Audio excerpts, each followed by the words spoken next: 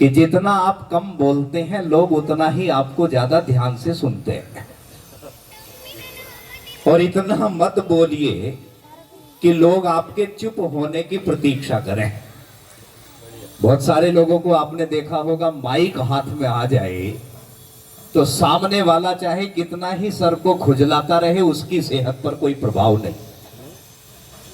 तो इतना मत बोलिए कि लोग आपके चुप होने की प्रतीक्षा करें, बल्कि इतना सा बोलकर चुप हो जाइए कि लोग आपको दोबारा सुनने की प्रतीक्षा करें। तो ये जरूरी नहीं है लंबी चौड़ी चर्चाएं होंगी, मैं सीधे सीधे मंच को नमन करता हूं। मंच पर बैठे हुए सभी विद्वत वर्ग को प्रणाम करता हूं, नमस्ते करता हूं। क्योंकि मैं नाम लेना शुरू करूंगा तो ये सारा समय इस शिष्टाचार में ही निकल जाएगा। अब एक काम की बात सुनो, मैं बहुधा इस बात को कहा करता हूं, कल्पना करें कि रामलीला का कहीं मंच सजा हुआ है। अश्विन मास में भारतीय परंपरा में रामलीला मंचन होते हैं, आप सबको पता है।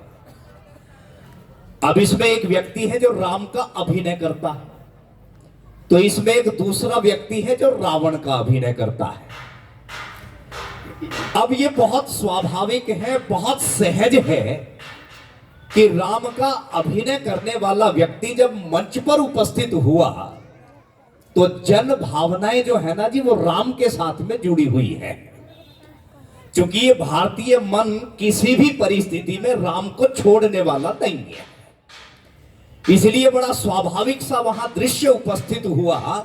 उस राम बने हुए व्यक्ति को मंच पर उपस्थित होता हुआ देख सारे जितने रामलीला को देखने सुनने के लिए आए थे वो सब के सब श्री रामचंद्र जी की जय जयकार करने लगे। होता है ना ऐसा। अरुण गोविल जिन्होंने रामानंद सागर की रामायण में राम का अभिनय किया, आपने पढ़ा होगा, आपने देखा होगा, आपने सुना होगा कि आज भी उस व्यक्ति के चित्र हमारे घरों में लगे हुए हैं। यानी राम को हम इतना अंतःकरण से पसंद करते हैं। और मैंने तो देखा है कि कई बार एयरपोर्ट पे मुस्लिम वर्ग भी यदि मिल जाए तो उनके साथ फोटो खिंचवाता है। तो कहने का तात्पर्य क्या है कि राम के अभिनय मात्र करने वाले व्यक्ति को सामने देखकर लोगों ने श्री रामचंद्र जी के जयकारे लगाने शुरू कर दिए। लेकिन थोड़ी देर के बाद में जो रावण का अभिनय करने वाला व्यक्ति है, जब वो मंच पर उपस्थित हुआ तो देखने वाली बात यह है कि रावण की जय जयकार किसी ने नहीं की। ठीक है, ये बात भी समझ में आती, लेकिन वहां विस्मय इस बात को देखकर राम बने व्यक्ति को हुआ कि लोग निरंतर जय जयकार तो मेरी कर रहे हैं, लोग निरंतर श्री रामचंद्र जी की जय बोल रहे हैं, और जो चेहरे पर मंद मंद मुस्कान है, जो चेहरे पर प्रसन्नता का भाव प्रकट हो रहा है, वो रावण के हो रहा है। तो नागेश जी, राम बने व्यक्ति के मन में एक प्रश्न उपस्थित हुआ, मानो एक कौतूहल हुआ कि क्या कारण है लोग जयकारा मेरा कर रहे हैं और प्रसन्नता इस रावण को हो रही है, इसका कारण क्या होगा। अब अपने मन की बात को वो कह उठे और बोले, रावण ये बताओ कि लोग नारे मेरे लगा रहे हैं, प्रसन्न तुम हो रहे हो, इसके पीछे कारण क्या है। तो पता है रावण क्या जवाब देता, और यही संदेश है बहुत कम समय में जो मैं आपको इस मंच के माध्यम से देना चाहता हूं। ये रावण बना व्यक्ति पता क्या बोलता, ये कहता है कि राम, जो लोग सामने बैठे हुए हैं और जिन्हें अपना भक्त आप मान रहे हो, जो आपकी जय जयकार कर रहे हैं, सत्य ये है कि ये सारे के सारे मेरे भक्त हैं, ये सारे के सारे मेरी पार्टी के आदमी हैं, केवल नारे ही आपके लगा रहे हैं। अब राम बने व्यक्ति ने पूछा, ऐसा कैसे भाई, ऐसे थोड़ी होता है, ऐसा कैसे हो जाएगा। तो वहां राम बने व्यक्ति की जो बात है वो जरा ध्यान से सुनना। ये रावण बना व्यक्ति कहता है कि राम, यदि ये सामने बैठे हुए सचमुच राम के भक्त होते तो इनमें से कोई भी व्यक्ति कभी झूठ नहीं बोलता। सामने बैठे हुए पंडाल के समस्त लोगों में एक व्यक्ति भी कभी कोई अत्याचार अनाचार का कार्य नहीं करता, मद्य का सेवन नहीं करता, धूम्रपान नहीं करता, और इनमें से कोई भी व्यक्ति कभी पर स्त्री को गलत दृष्टि से नहीं देखता। इसीलिए सच्चाई ये है कि ये केवल जयकारा आपका लगा रहे हैं, लेकिन अंदर से काम सारे मेरे वाले करते हैं। इसलिए मैं कह रहा हूं कि आपके भक्त केवल दिखावे के हैं, सच्चे अर्थों में तो ये मेरे भक्त हैं। ये बात मैंने क्यों बताई पता है? क्योंकि बहुत सारे महापुरुषों की लिस्ट है।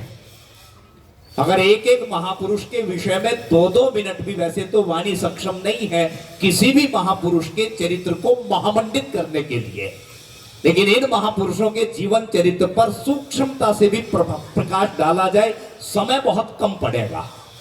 ये बात मैंने केवल आपको इसलिए कही है कि हम श्री राम की भी जय बोलते हैं, श्री कृष्ण की भी जय बोलते हैं, दयानंद की भी जय बोलते हैं, श्रद्धानंद की भी जय बोलते हैं। बस आकलन करने की जरूरत है, क्या केवल वाणी से ही इनकी जय जयकार करते हैं या इनके जीवन चरित्र को आत्मसात करके अपने स्वयं के जीवन का निर्माण भी करते हैं? और यदि ऐसा नहीं है तो इन महापुरुषों के जीवन चरित्र का बखान करना, उस बखान को श्रवण करना बहुत ज्यादा सार्थक, बहुत ज्यादा सफल होने वाला नहीं है। मैं आपको एक घटना बता रहा हूं इतिहास की। महात्मा मुंशी राम, स्वामी श्रद्धानंद, ये कहानी जो है ना जी, पतन के गर्त में पड़े हुए व्यक्ति की महामानव बनने की कहानी है, जिसने उत्थान की ऊंचाइयों को प्राप्त किया है। यानी एक बात तो हम यहां ये सीख सकते हैं कि एक व्यक्ति जिसमें कितनी ही बुराइयां क्यों ना हो, समस्त संसार के सारे दोष उसमें क्यों ना हो, यदि वो दृढ़ संकल्प कर ले और उसका मार्गदर्शन यदि अच्छा हो जाए तो वो अपने जीवन में उत्थान को प्राप्त हो सकता है। ये श्रद्धानंद की कहानी हमें बताती है। दूसरी एक बात महत्वपूर्ण, उन्होंने हिंदू शुद्धि सभा बनाई, धर्म के लिए उन्होंने लड़ाई लड़ी, हिंदुओं के अस्तित्व की रक्षा के लिए उन्होंने संघर्ष किया और अपने प्राणों को उसी में आहूत कर दिया। अब मैं आपको 5 मिनट में केवल इतिहास का वो एक सत्य पक्ष दिखा रहा हूं, एक पन्ना आपके बीच में रख रहा हूं, संभवतः जिससे बहुत सारे लोग अनभिज्ञ होंगे। देखो, प्रकृति के अपने बनाए हुए कुछ नियम होते हैं और संसार के प्रत्येक व्यक्ति को इन नियमों को पालना ही पड़ता है। और यदि संसार का कोई व्यक्ति प्रकृति के इन नियमों की अवहेलना करता है तो उसका बहुत भारी खामियाजा उसे भुगतना ही पड़ता है। अब मैं आपको बता रहा हूं 2 पक्षियों के बारे में। अब आप कहेंगे आचार्य जी कहां की चर्चा और कहां ले आए, पक्षु पक्षियों की क्या बात। एक पक्षी हुआ जिसका नाम था डोडो। आप कभी गूगल पे जाके इस पक्षी का नाम अंकित करेंगे तो इसका इतिहास मिलेगा। और ये डोडो नाम का जो पक्षी है, ये है नहीं बल्कि था, ये शुतुर्मुर्ग प्रजाति का एक पक्षी होता था और ये हिंद महासागर और मॉरिशस के द्वीप समूह पर पाया जाता था। चूंकि जिन द्वीप समूह पर यह पक्षी पाया जाता था वहां इसके खाने पीने रहने की सारी उत्तम व्यवस्था थी, यानी इसे सरवाइव करने के लिए किसी भी प्रतिकूलता का सामना कभी करना नहीं पड़ा।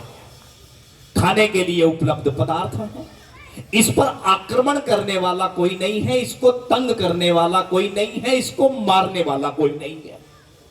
और ध्यान देना, प्रकृति ने इस डोडो नाम के पक्षी को उड़ने के लिए पंख भी दिए और तेज दौड़ने के लिए इसे पैर यानी पंजे भी दिए, लेकिन जीवन में कभी खतरा अनुभव नहीं हुआ, संघर्ष का सामना करना नहीं पड़ा। मेरे बाद में ही बुला लेते, ऐसे नहीं अच्छा लगता भाई। देखो, मैं बड़े मन से बोलता हूं, बोलने के लिए नहीं बोला जाता। ये अंदर से बोला जाता। तो कहां था मैं? डोडो। यानी इस डोडो नाम के पक्षी को अपने अस्तित्व की रक्षा के लिए कोई संघर्ष करना नहीं पड़ा। अब ये 16वीं शताब्दी का बहुत शुरू का युग है, बहुत पहली, जैसे कहते हैं बहुत शुरुआत की बात है कि डच लोग यहां आए और इन डच लोगों ने इस पक्षी को देखा और इस पक्षी को पकड़ना चाहा, तो इस पक्षी ने आत्मरक्षा के लिए कुछ भी नहीं किया। बहुत सहजता से इन लोगों ने इस पक्षी को पकड़ा, इसका शिकार किया, इसका मांस खाया।